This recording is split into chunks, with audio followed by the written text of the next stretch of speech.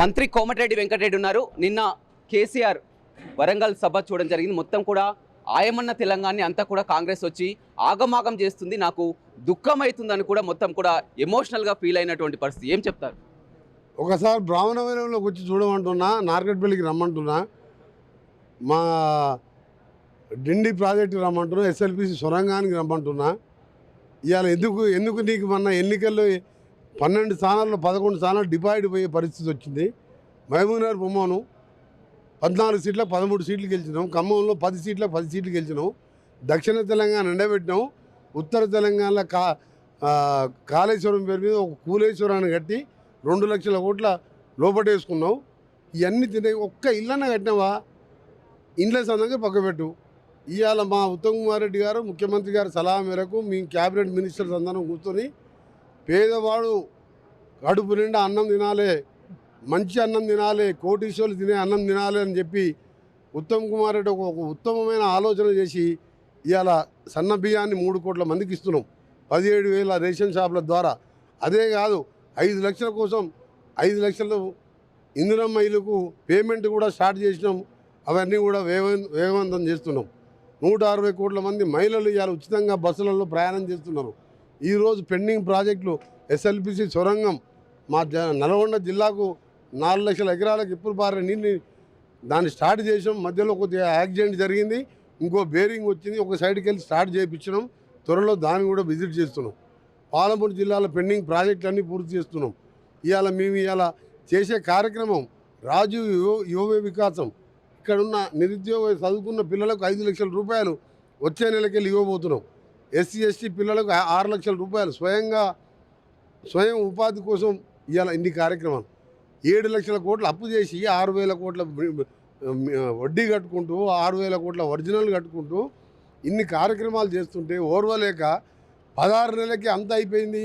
కాంగ్రెసే మొత్తం మొదటి ద్రోహి ఎవడంటే కాంగ్రెసే. అంటే అసలు కాంగ్రెస్ లేకుండా తెలంగాణ వచ్చేదా? ఆ రోజు బీజేపీ 1 ఓటు 2 రాష్ట్రాలను ఇచ్చిందా? ఇయ్యలే. 69 ఇందిరాగాంధీ ఉక్కు మహిళ, అలాంటి అంత పెద్ద ఉద్యమం జరిగింది, తెలంగాణ ఇయ్యలే. సోనియా గాంధీ ఒకటే మాట అన్నది, పిల్లలు చచ్చిపోతున్నారు, ఆంధ్రాలో నాకు 25 పార్లమెంట్ సీట్లు మొత్తం పోయినా సరే తెలంగాణ ఇస్తా అని ఇచ్చింది. ఇచ్చిన తర్వాత 14 మందిని స్పెషల్ ఫ్లైట్లపై ఆమె కాళ్ళు మొక్కొచ్చిండు, బయటకు వచ్చి మాట్లాడిండు. అసెంబ్లీలో 2014లో మొదటిసారి ముఖ్యమంత్రిగా ఆయన ప్రసంగం నేను ఎమ్మెల్యే ఉన్నప్పుడు ఆయన ముఖ్యమంత్రి. ఆమె దేవత, ఎవరు ఒప్పుకున్నా ఒప్పుకోకపోయినా సోనియా గాంధీ లేకపోతే ఎప్పటికీ తెలంగాణ రాకపోయేది. అలాంటి దేవతను ఎప్పుడు కూడా తెలంగాణ ప్రజలు మర్చిపోరని చెప్పి ఇవాళ అదే కాంగ్రెస్ పార్టీ కింద సోనియా గాంధీని కాంగ్రెస్ పార్టీ మోసకారి అనడం నిజంగా నువ్వు మానవత్వం ఉన్న మనిషివే. నాకు కేసీఆర్ ఎక్కడ పోగొట్టుకున్నామో అక్కడే దేలాడుకోవాలి. ఖచ్చితంగా మళ్ళీ 2.5 ఏళ్లలో వచ్చేది బీఆర్ఎస్. అంతా రెడీగా ఉండాలి. పోలీసులు కూడా మాకు సహకరిస్తలేరు, మొత్తం కూడా అన్ని డైరీలో రాసుకొని పెట్టుకుంటా అనుకున్నాం. ఆయన దగ్గర మొన్న పార్లమెంట్ ఎన్నికలు జరిగితే 16 సీట్లల్లో గుండు 0 వచ్చింది. నువ్వు ఇంకా ఆశ పెట్టుకొని పగటికెళ్ళ అనుకుంటా అధికారంలోకి వస్తామంటే నవ్వొస్తుంది నాకు. నేను ఆయన స్పీచ్ విన్నాక పాత చింతకాయ పచ్చడిలాగా ఏందా మాటలు. ఆయన అది 10 ఏళ్ళ అధికారంలో ఒక ఇల్లు కట్టవైతివి, ఫామ్ హౌస్ చుట్టూ R&B డిపార్ట్మెంట్ నా శాఖ ద్వారా 700 కోట్ల రోడ్లు వేసుకున్నాడు. ఊళ్ళల్లో రోడ్లు వేయలే. అలా 700 కోట్ల 300 కోట్ల బకాయిలు ఉన్నాయి. ఇవాళ ఆ పేమెంట్లు నేను కట్టిస్తున్నా, R&B మినిస్టర్ నేను పే చేస్తున్నా. ఒక రోడ్ వేయలే, ఒక ఇల్లు కట్టలే, ఒక స్కూల్ కట్టలే. ఇవాళ గురుకులాలు పెట్టినట్టున్న 1000 ఒక్కొక్క రూమ్లో 30 మంది పిల్లలు పెట్టారు. మేము 22,000 కోట్లతోని యంగ్ ఇండియా ఇంటిగ్రేటెడ్ స్కూల్స్ నల్గొండలో వర్క్ స్టార్ట్ అవుతున్నది వచ్చే నెలలో 15 రోజులలో.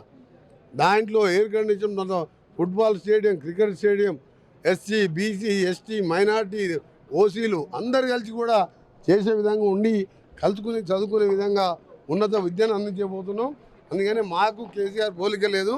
వచ్చే 5 ఏళ్ళు కూడా కాంగ్రెస్ పార్టీ అధికారంలో ఉంటుంది, ఇంకా 10 ఏళ్ళు కూడా కాంగ్రెసే ఉంటుంది. కేసీఆర్ బహిరంగ సభలో చివరిగా చెప్పండి, అలాంటి బహిరంగ సభ ఒక 10 రోజులు చాలు నాకు సమయం పెట్టాలంటే నల్గొండలోనే పెట్టగలుగుతాను నేను. చివరిగా చెప్పండి, కాంగ్రెస్ అంటేనే కమిషన్లకు కక్కుర్తి పడతారు, సంచులు ఢిల్లీకి మోస్తున్నారని కూడా వ్యాఖ్యలు చేశాడు. 500 కోట్లతో బహిరంగ సభ పెట్టినోడు ఇవాళ జైల్లో వచ్చిన కుటుంబం ఇవాళ వాళ్ళు కరప్షన్ మీద మాట్లాడతారు. మాకు హైకమాండ్కు కాంగ్రెస్ పార్టీ హైకమాండ్కు ఎప్పుడు మాట్లాడదు. మాకు పైసలు హైకమాండ్ కాదు కదా, మాకు ఒకటే ప్రజలు ముఖ్యం. ఉదాహరణకు చెప్పిన సన్నబియ్యం ఎందుకు ఆలోచన ఆయనకు రాలేదు?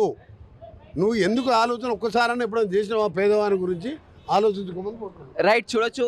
ఆ కేసీఆర్ 10 ఏళ్ల పాటు కూడా మొత్తం అధికారంలో ఉండి కూడా మొత్తం తెలంగాణని దోచుకున్నటువంటి వ్యక్తి మళ్ళీ ఇలాంటి వ్యాఖ్యలు చేయడం, మళ్ళీ అధికారంలోకి వస్తారన్నది కళ్ళ మాత్రమేనే చెప్తున్నారు. అదేవిధంగా మొత్తం కాంగ్రెస్ పార్టీపై విమర్శలు చేసే హక్కు లేదు. తెలంగాణ ఇచ్చినటువంటి పార్టీ కాంగ్రెస్ పార్టీ, సోనియా గాంధీ దేవత అని గతంలో కూడా కేసీఆర్ అన్నది మర్చిపోయారని కూడా మంత్రి కోమటిరెడ్డి వెంకటరెడ్డి చెప్తున్నారు.